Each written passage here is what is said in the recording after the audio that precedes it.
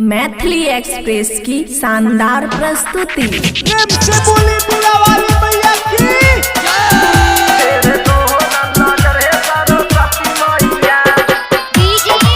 खुशी recording studio बलुआ। अपन से बाका के पार करे छो नैया, अपन से बाका के पार करे छो नैया। फिर दो ना नजर है सरस्वती मैया, फिर दो ना नजर है सरस्वती मैया। अपन से बाका के पार करे छो नैया, अपन से बाका के पार करे छो नैया। फिर दो ना नजर है सरस्वती मैया, फिर दो ना नजर है सरस्वती मैया।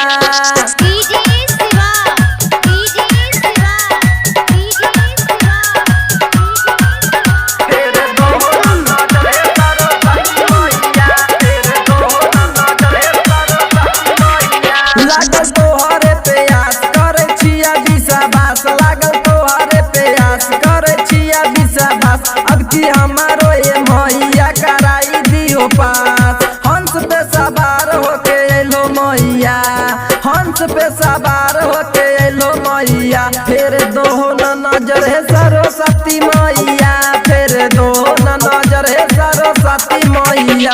अपन से बाका के पार करे छो नैया, अपन से बाका के पार करे छो नैया। फिर दो ना नजर है सरस्वती मैया, फिर दो ना नजर है सरस्वती मैया।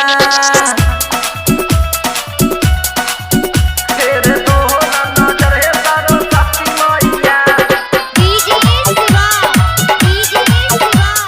खुशी रिकॉर्डिंग स्टूडियो बलुआ। भेले कबन कसूर करे छो मैया दूर, भेले कबन कसूर करे छो मैया दूर। अपन भगतन के नैया पार करी हो जरूर। बिक्की सर गम बनल गबैया, राइटर भी देख विकास के पार कर नैया। फिर दो ना नजर है सरस्वती मैया, फिर दो ना नजर है सरस्वती मैया। अपन से बाका के पार करे छो नैया, अपन से बाका के पार करे छो नैया। फिर दो ना नजर है सरस्वती मैया, फिर दो ना नजर है सरस्वती मैया। अपन से बाका के पार करे छो नैया, अपन से बाका के पार करे छो नैया। फिर दो ना नजर है सरस्वती मैया, फिर दो ना नजर है सरस्वती मैया। खुशी रिकॉर्डिंग स्टूडियो बलुआ।